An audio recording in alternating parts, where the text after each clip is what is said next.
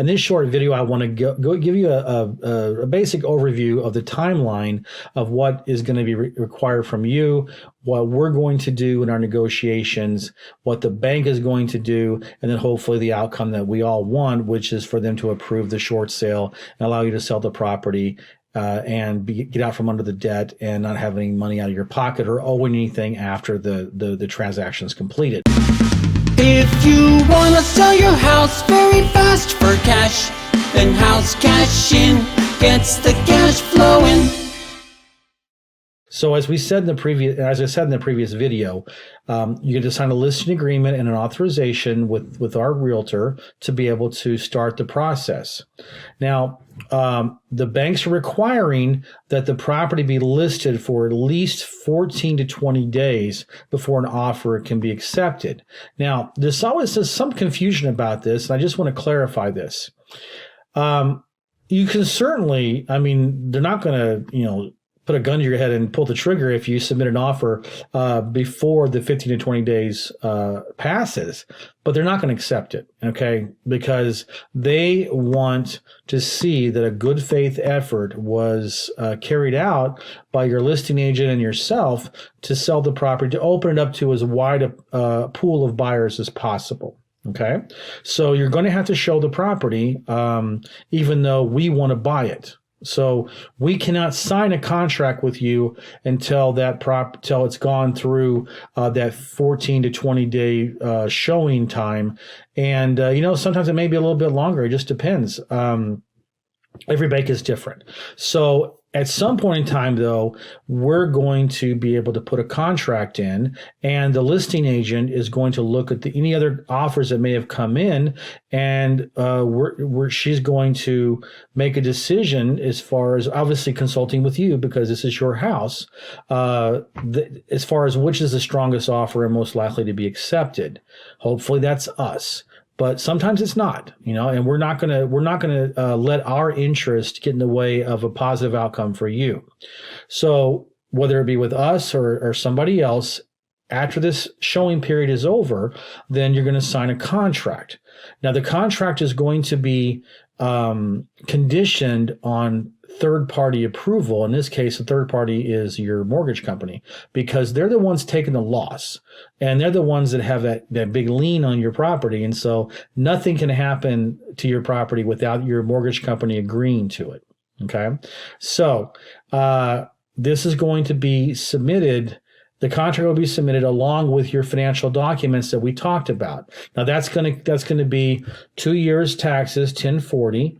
2 months bank statements, 1 month worth of pay stubs, and then they're going to want you to write a hardship letter describing why you're in a situation, why you're not able to continue making your payments, and you're asking them to allow you to sell the property for less than a full payoff of the mortgage.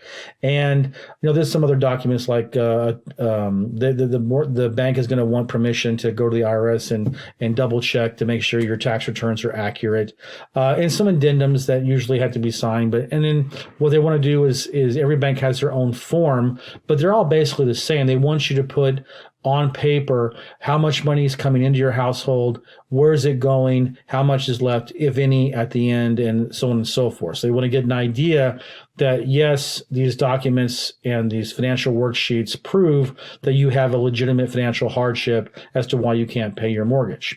At that time, everything's submitted to the mortgage company, and it'll take, anywhere between a few days to a few weeks, but they're going to, the mortgage company is going to assign a negotiator. And at that time, the negotiator is going to get your packet, look through everything, and then he or she is going to order either what they call a broker's price opinion, BPO, or an appraisal.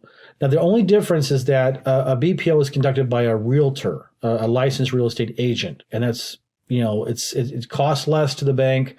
Your agent will come into your property, stay maybe 5-10 minutes, take 8 pictures of the property, and he or she will look at the comparative sales in the area for houses with the same square footage and the same attributes as your house, and they will come back to the bank and say, according to this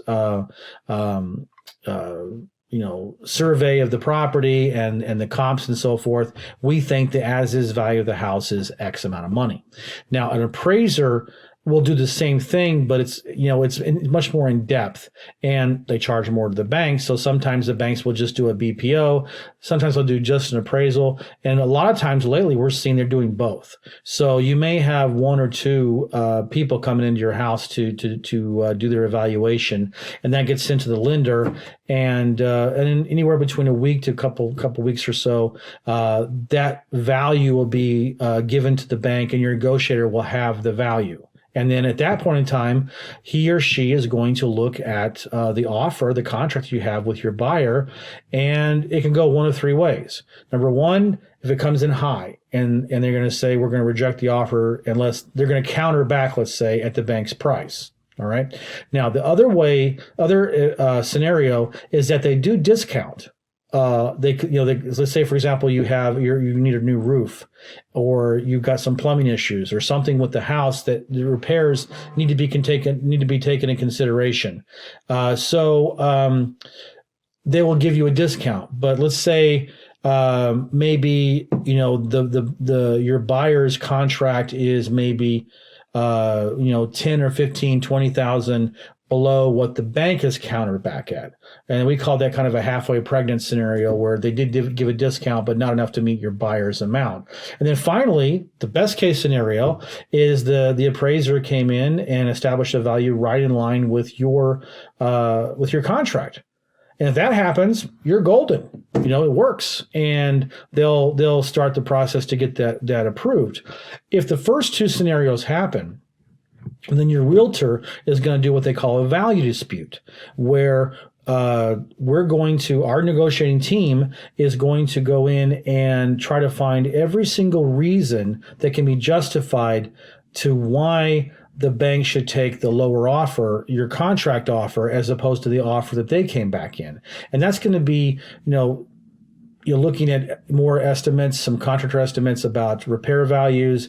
It's going to be studying the comparable sales that the appraiser or the BPO agent used, and to try to find lower comps to justify the lower offer.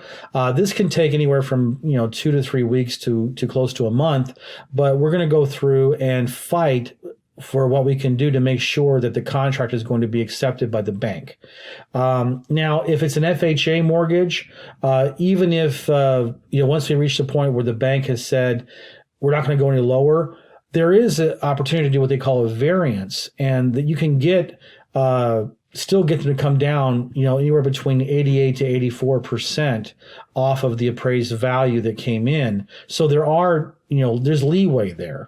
Look, we've been doing this for 18 years. This is why we're so good, is because we know how to get discounts down enough to get people's houses sold. So worst case scenario is if your existing contract, the buyer will not go up past a certain point, and the lender won't come down past a certain point, and there's a gap, then your buyer is going to cancel the contract, and then your realtor is going to put it back on the market as a bank approved price. So that way, any buyers looking at the property in the future are going to know that this has already been evaluated, and this is the price. Now, that's okay, because that's good, because for a lot of buyers, that's attractive, because they know the process is going to go more quickly. If you come in with a contract at the bank approved price, it's going to get approved quickly, and they like that. They don't have to wait months to go through the short sale process. So lots of times you'll see buyers waiting until a bank approved short sale comes on the market, and they'll make an offer on that. Whereas at the beginning they're going to hold off because they don't want to go through the process of putting escrow money into the title company and then waiting for a couple months or whatever, and as the bank sets the short sale up and does the appraisal and so on and so forth. So once your contract, you have a contract that is at the bank's price, then it's submitted to the bank, and it goes through underwriting, much like you do when you applied for a mortgage when you bought the house, and then they will come back and issue a short sale agreement, and that will have the terms that will state, like I mentioned in a previous video, that the buyer is authorized to buy it at the authorized price. It has to close within 30 days, and they will have specific language in there that states that you are not going to owe any money on it. Any money that's not paid off in full will be written off and forgiven. Okay. And then obviously once you have that, then you set a closing date, and all that has to happen at that point is your title company or our realtor will send in the proposed HUD settlement statement with all the costs involved in the transaction, realtor commissions, title charges, so on and so forth. And then they will set a clear close, and then you have a normal closing, and that's it.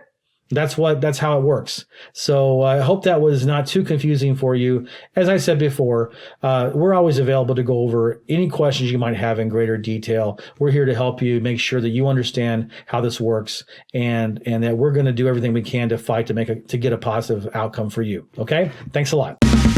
If you wanna sell your house very fast for cash, then House Cash In gets the cash flowing.